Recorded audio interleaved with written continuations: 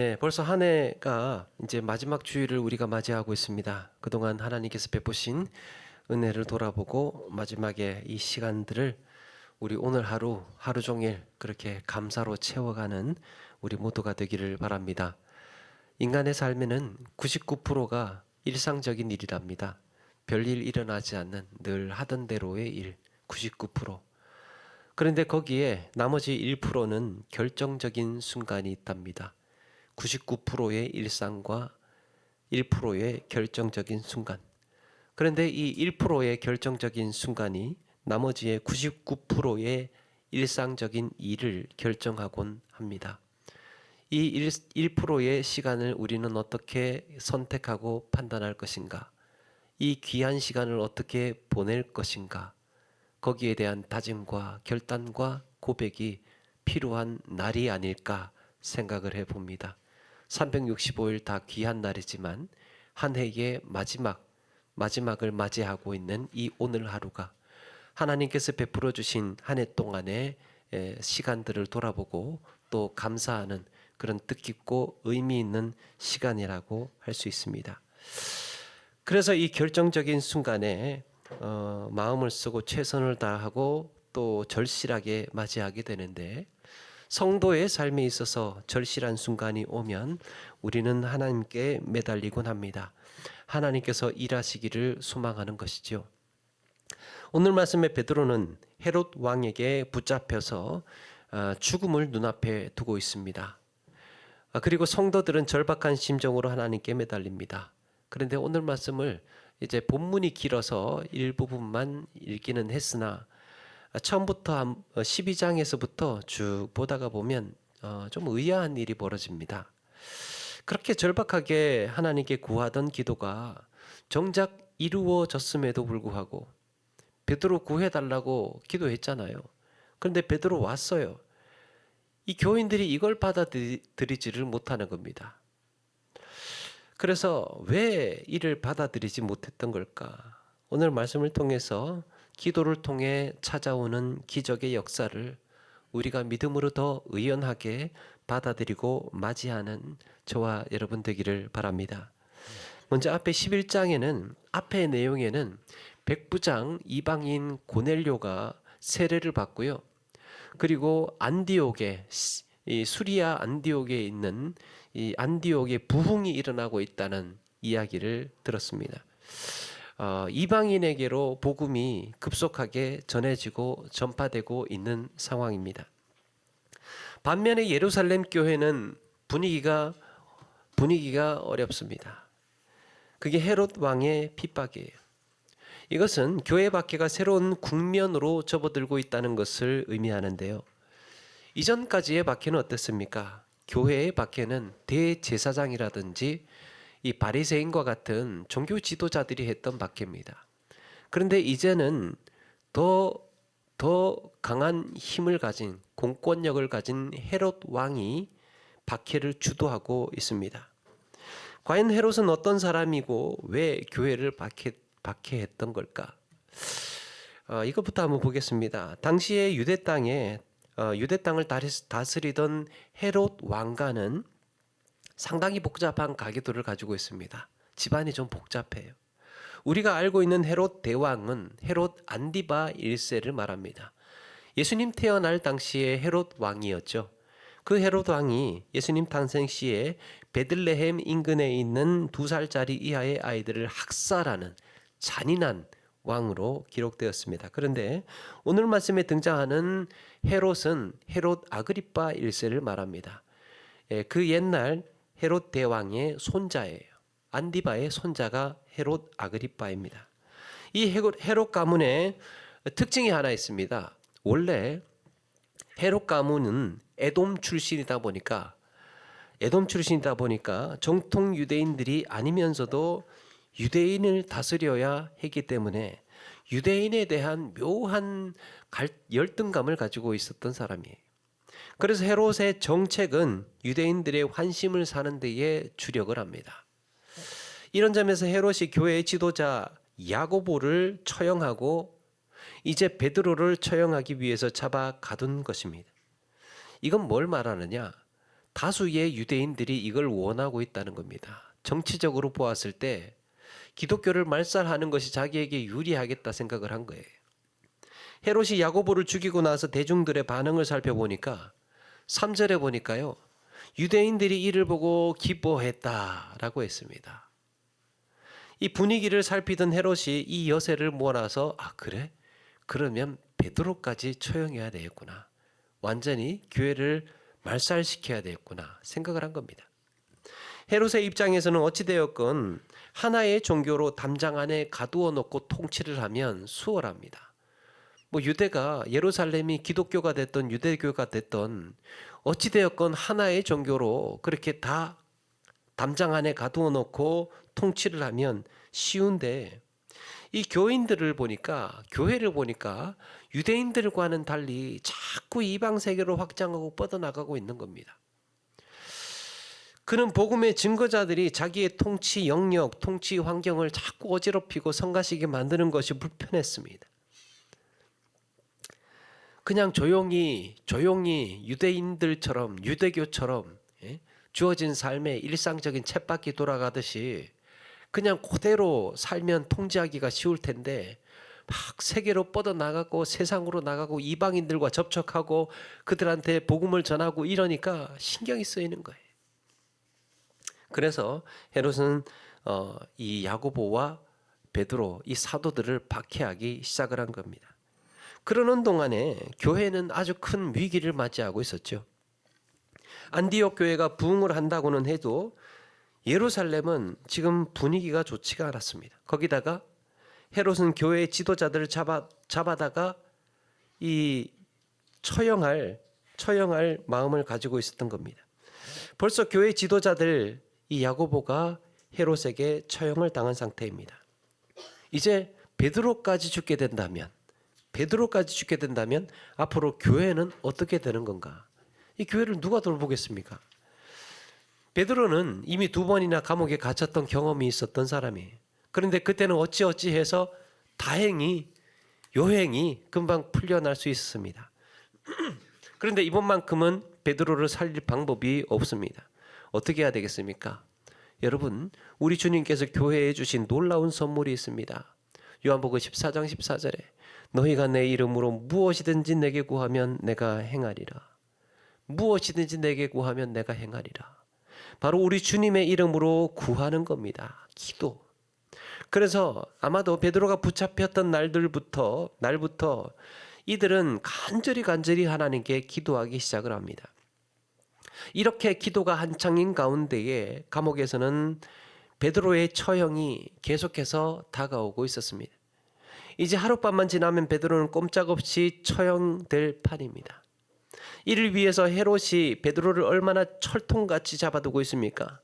보통 같으면요, 이 죄수를 처형하기 위해서 그 당시에 경비병 한 사람이 죄인과 쇠사슬을 묶어 놓았다 그래요. 이제 팔을 무는 거죠, 서로 도망 못 가게. 그런데 베드로는 양쪽에 2사람에게 쇠사슬에 묶여 있었던 겁니다. 오늘 말씀 6절에 보니까 그래서 베드로는 그 2 군인 사이에 잠을 자고 있었습니다. 양쪽 사슬에 2사람에게 묶여서. 문 밖에는 3중 4중으로 파수꾼들이 지키고 있습니다. 이런 경계 속에서 베드로가 빠져나간다는 것은 일어날 수 없는 일입니다. 그런데 기적이 일어납니다. 갑자기 주의 사자가 어두운 감옥에 나타난 거예요. 주의 사자가 감옥에 나타났습니다. 그는 빛나는 광채로 캄캄한 감옥을 환하게 비추고 있습니다. 주의 사자는 정신없이 자고 있는 베드로의 옆구리를 칩니다. 그러면서 사슬이 손에서 벗겨집니다. 천사는 베드로에게 띠를 띠고 신을 신으라고 합니다. 이 신, 여기서 신이라는 말은 산달리온이라고 해서 요즘에 그 영어로는 샌들이라고 합니다. 그 샌들이 여기에서 왔어요. 산달리온. 이 베드로에게 밖으로 나갈 것을 채비하라고 이야기를 합니다. 그래서 신의 끈을 묶고 허리를 묶는 거죠. 밖에 나가려면. 그런데 베드로는 아직도 잠이 덜 깬 모양입니다. 깊은 잠에 빠져있던 베드로에게 누군가가 옆구리를 툭툭 치면서 일어나라고 하더니 빨리 옷 챙겨 입고 나가자고 하는 거예요. 비몽사몽간에 베드로는 시키는 대로 했습니다. 순순히 따르고 시키는 대로 하는데 이 자신이 감옥에 나가게 될 거라고는 전혀 기대하지 않았습니다. 그도 그럴 것이 복도를 지나서 큰 관문이 나옵니다. 그 관문을 지나고 두 번째 관문도 지납니다. 거기에 각각의 도처마다 이 경비병들이 세워져 있었던 거예요. 그렇게 지나는 곳에 경비병들이 있었는데도 불구하고 아무도 제재하지를 않았습니다. 마지막으로 건물 밖을 나가는 큰 철문 앞에 다다랐을 때 서보니까 문이 저절로 철커덕하면서 열리는 겁니다. 문을 나가니까 이제는 바깥이었어요. 거리였어요. 잠시 뒤에 같이 걷고 있던 주의 사자는 어디론가 사라져 버립니다. 그제서야 베드로가 정신을 차리는 거예요. 그리고 자신이 예루살렘 한 길가에 있다는 것을 깨닫습니다. 야, 이게 꿈이 아니었구나. 이게 환상이 아니었구나. 베드로는 자신이 나왔다는 사실을 알리기 위해서 제자들이 모여 있는 마리아의 집으로 향합니다. 마리아의 어머니 이 마리아의 집은 마가의 어머니 마리아의 집은 꽤 부유했던 것으로 보입니다. 그의 집은 많은 사람들이 모일 만큼 큰 규모였습니다. 한때 이곳은 예수님께서 제자들과 유월절 식사를 했던 곳이고 오순절 성령 강림이 일어났을 때 모였던 곳으로 추정이 됩니다. 그래서 이후로도 성도들은 이곳을 집회 장소로 삼곤 했습니다. 제자들과 성도들은 이날도 어김없이 베드로를 위해서 뜨겁게 기도하고 있었습니다. 그때 베드로가 밖에서 와서 문을 두드리고 있는 겁니다. 지금도 다락방으로 알려진 이 마가의 다락방으로 알려진 그곳이 남겨져서 전해지고 있는데요. 이 다락방이라기보다는 2층 이제 큰 홀이라고 생각을 하게 하면 됩니다. 중간에 이제 기둥이 이렇게 세워져 있고 큰 홀로 그렇게 되어 있습니다. 한 수백 명이 들어갈 수 있는 공간이에요. 아마도 이들은 그 2층에 있었을 것으로 보입니다. 그래서 아래층에 있는 이 로데라고 하는 여종이 듣고는 문을 열려고 나갔겠죠. 그런데 어떻게 됐습니까? 세상에 진짜 베드로가 와 있는 겁니다. 여종은 당황하고 너무 기쁜 나머지 문 열어주는 것을 깜빡하고 2층으로 뛰어 올라갔습니다. 근데 거기에 모여서 기도하고 있던 이들은 이 여종의 말을 믿어주지 않았습니다. 베드로가 왔다는데 그럴 리 없다는 거예요. 이게 참 아이러니하지 않습니까? 이들이 지금 누구를 위해서 기도하고 있습니까? 베드로를 위해서 기도하죠. 베드로 제발 좀 살려달라고, 베드로 구해주시라고 하나님께 그렇게 며칠씩 철야를 하면서 뜨겁게 기도를 하고 있는데, 절박하게 기도를 하고 있는데 정작 응답이 되니까 이것이 기도의 응답임을 눈치채지를 못합니다. 며칠 동안 그렇게 온 힘을 다해서 베드로 살려달라고 기도했으면서 베드로가 살아 돌아오니까 어떻게 반응을 합니까? 에이, 무슨 말도 안 되는 소리를 하고 있어. 말도 안 되는 소리를 하고 있어. 아니, 지금 우리가 얼마나 지금 심각한데 그런 장난을 지금 치고 있냐고. 오늘 성경에 보니까 네가 미쳤구나 그러고 있습니다. 미쳤대요. 베드로 살아왔다는 이야기를 하니까 참 이상하죠. 그런데 여종 로데는 아니 정말이라고 계속해서 주장을 합니다. 그렇게 옥신각신하고 있는 와중에 밑에서 베드로는 계속해서 문을 열으라고 문을 두드리고 있었고, 혹시나 해서 열어보니까 세상에 진짜 베드로가 문 밖에 와 있었던 겁니다. 그날 베드로는 기적이 되어 돌아왔습니다. 기도가 응답된 거죠. 그러고 보니까 그들의 기도가 좀 다소 회의적으로 느껴지기도 합니다. 이럴 거면 왜 기도했지 이 사람들? 아니 그럴 거면 왜 기도하고 있었던 걸까? 여러분, 기도의 인지 부조화. 내가 기도했던 것이 실제로 이루어지면 수용하지 못하고 더 큰 혼란을 겪게 되는 것. 이 일을 위해서 기도를 했는데 정작 그게 벌컥 이루어지니까, 자기가 감당이 안 되는 겁니다. 수용하지를 못하는 거예요. 여러분, 우리가 하나님께 기도할 때요, 이게 진짜로 이루어졌을 때 내가 이걸 믿음으로 감당하고 이걸 수용할 수 있는 확신도 달라고 같이 기도해야 될 것 같아요. 이 일이 벌어졌을 때, 실제로 이루어졌을 때, 하나님, 나의 인생을 온전히 주님께 헌신하도록 하나님 붙들어 주소서, 이렇게 기도했는데 진짜 헌신하게 되는 상황이 주어졌어요. 하나님, 이건 너무 센 거잖아요. 저는 이렇게까지 기도한 건 아니란 말이에요. 이렇게. 그러니까 내가 간구하고 기도하는 그것이 실제로 이루어졌을 때도 감안을 하고 그걸 내가 수용하고 받아들일 수 있는 믿음까지도 가지고 있어야 되겠다. 베드로가 돌아왔을 때 믿지 못할 기도를 왜 하고 있었던 걸까? 또 이런 생각도 듭니다. 아니, 그러면 반대로 성도들이 이런 걸, 모든 걸 다 포기하고 기도하지 않고 있었다면 어떻게 됐을까? 이 정도의 성도들이 기도하지 않았더라면, 그래도 여러분, 하나님께서 베드로를 구해 주셨을까요? 물론 하나님의 뜻이었다면 성도들이 기도를 하지 않았어도 베드로는 살았을지 모릅니다. 그렇다면 이들의 기도는 어떤 의미였는가가 중요합니다. 이들이 이렇게 하나님께 간구하고 부르짖었던 그 기도의 의미가 뭐였을까? 우리가 여기에서 주목해야 할 것이 어떤 걸까? 먼저 하나님은 우리의 기도를 통해서 일하시기를 원하시는 줄로 믿습니다. 하나님은 충분히 우리가 기도하지 않아도 하나님이 뜻하신 바이면 이 땅에서 일하실 수 있겠지요. 그러나 하나님의 백성의 기도를 통해서 그 간절한 기도를 쓰시는 거예요. 여러분, 기도가 무엇입니까? 가능성이 없기 때문에 하는 것이 기도잖아요. 내 생각대로, 내 계산대로 되면 내 계획대로 하면 될 거 아니에요. 이게 안 되니까 내 모든 한계를 뛰어넘는 일이에요. 기도는 내 모든 생각과 예상과 한계를 뛰어넘는 일이, 그걸 인정하는 행동이 기도입니다. 기도. 하나님께서 일하시도록 맡기는 겁니다.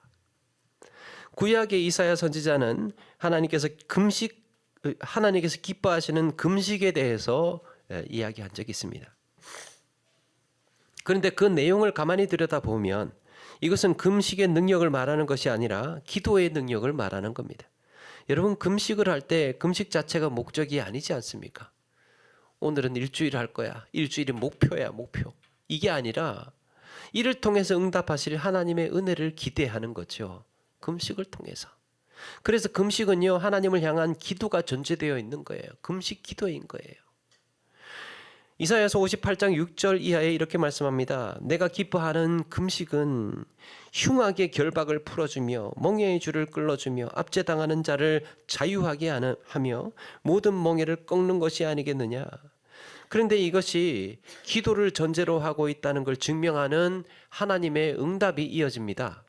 아, 이게 기도를 이야기하고 있는구나 라는 걸 증명하는 이어지는 말씀이 9절이에요. 58장 9절에 보니까 네가 부를 때에는 나 여호와가 응답하겠고 네가 부르짖을 때에는 내가 여기 있다 하리라. 지금 뭐 하고 있습니까? 기도하고 있는 거죠. 기도하고 있는 거.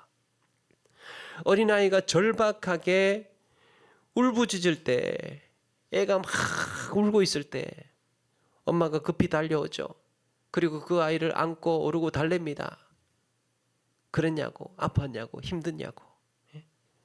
이처럼 하나님은 부르짖는 자녀의 기도를 외면하지 않으시는 줄로 믿습니다.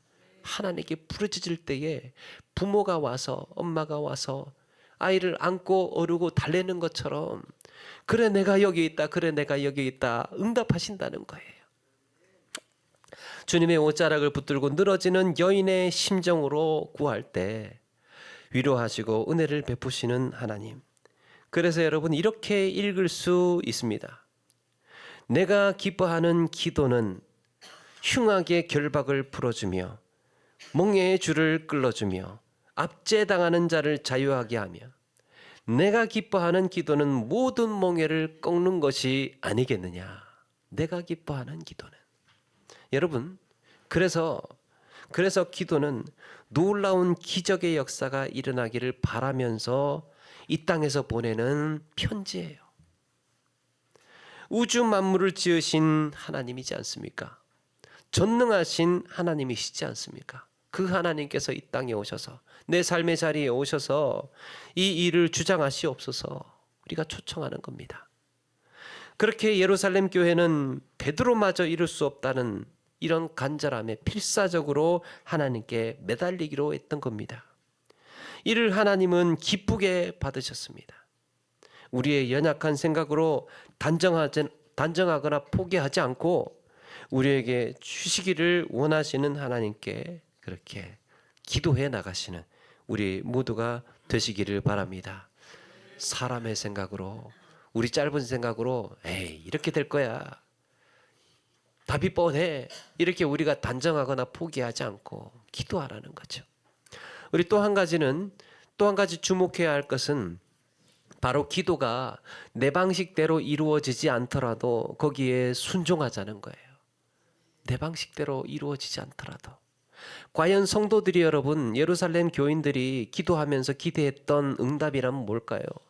베드로를 살려달라고 기도를 하면서도 어떻게 이것이 이루어질 거라고 생각을 했을까요?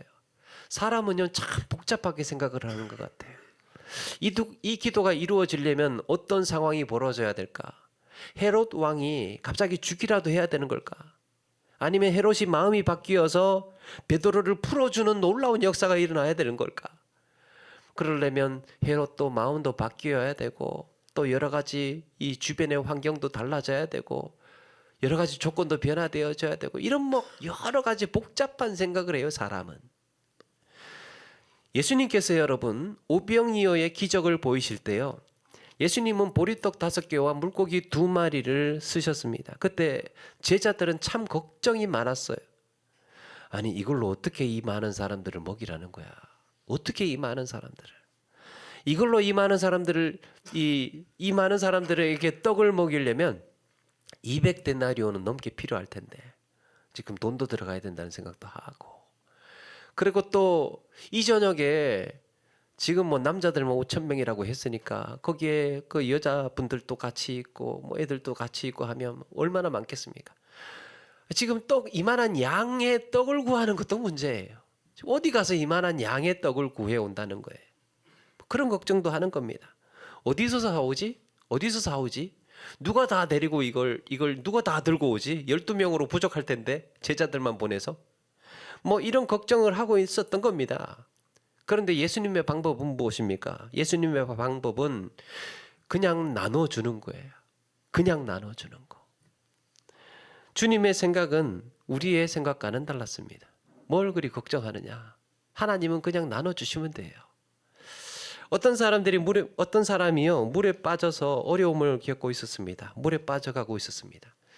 그래서 그가 기도를 합니다. 하나님, 빨리 지금 배를 보내주셔서 나를 좀 구해달라고 그렇게 기도를 합니다. 그는 기도를 하면서 간절히 배가 오기만을 기다리고 확신하고 있었습니다. 하나님이 나를 구해주실 거야, 배를 보내주실 거야, 그렇게 기도를 했어요. 그러는 동안에요 통나무 하나가 떠내려가요. 통나무 하나가. 저거 배가 올 거야, 배가. 저거는 응답이 아니야. 그렇게 이제 생각을 하고 통나무를 붙잡지 않았습니다. 조금 더 있더니 드럼통 하나가 이제 또 떠내려갑니다. 드럼통 하나가. 내가 구한 것은 배 달라니까, 배를 보내달라니까. 그러니까 이제 또 그 통도 다시 붙잡지 않았습니다. 결국에는 이 사람이 실망을 하고 하나님께 원망을 한 거예요. 아니 하나님, 배를 왜 안 보내주시는 거예요? 배를. 지금 급한데 하나님 저한테 이러실 수 있는 겁니까? 그러면서 배 안 보내줬다고 하나님께 원망하고 있었던 겁니다. 그러니까 세상에 하늘에서 음성이 들려왔다는 거 아닙니까? 음성이 들려왔습니다. 내가 왜 네 기도에 응답하지 않았느냐? 내가 왜 네 기도에 응답하지 않았어? 너를 살리려고 아까 통나무도 보내고 너를 살리려고 큰 통도 보냈는데 잡지도 않았으면서 왜 나를 원망하느냐? 하나님의 응답이었던 겁니다. 자기가 생각하지 않았던, 통나무나 드럼통이나 이게 다 하나님께서 보내신 응답이었다라는 얘기예요. 여러분, 기도의 응답은 이렇게 내가 상상하지 않았던, 내가 생각하지 않았던 방식으로 이루어지고 다양하게 펼쳐집니다. 하나님께서 어떤 방법을 택하실지, 언제 응답하실지, 또 어떻게 이루어 갈지 그거는 하나님께 달린 거예요. 우리는 거기에 준비하고 있어야 된다는 거죠. 어쩌면 내가 상상하지 못한 방식으로 이루어진다 하더라도 거기에 순응하고 아멘으로 응답할 수 있어야 합니다. 베드로를 구하시는 하나님의 방식은 너무 쉽고 간단했습니다. 그냥 베드로 데리고 나오는 거였어요. 베드로 살리려면 어떻게 해야 되는? 사람을 구슬려야 되나? 사람들한테 뇌물을 좀 줘야 되나? 또 저기에 그 사람들 날씨가 또 어때야 되나? 헤롯이 마음을 어떻게 바뀌어야 되나? 여러 가지 환경들을 우리는 고민하고 생각을 해야 하는데 하나님께서 일하시다 보니까 그냥 데리고 나오면 되는 거였습니다. 우리는 그렇게 되리라고 상상하지 못했을 뿐이에요. 하나님의 일하심을 기대하며 기도할 때 인간의 생각으로 제한하지 않고 하나님의 구원을 기다리는 우리 모두가 되시기를 바랍니다. 말씀을 마칩니다. 천상병의 시에 이런 구절이 있습니다. 함부로 부는 바람인 줄 알아도 아니다. 보이지 않는 길을 바람은 용케 찾아간다. 그리고 나는 나의 길을 가고 바람은 바람의 길을 간다. 시인은 바람에도 가는 길이 있답니다. 바람에도 길이 있대요. 어디로 불어오고 어디로 가는지 알지 못하는 그 바람이어도 가는 길이 있고 질서가 있다는 거예요. 우리의 눈에 보이지 않고 손에 잡히지 않는 방법, 그런 바람의 길을 알지 못합니다. 우리는 하물며 하나님께서 행하시는 일에 오죽하겠습니까?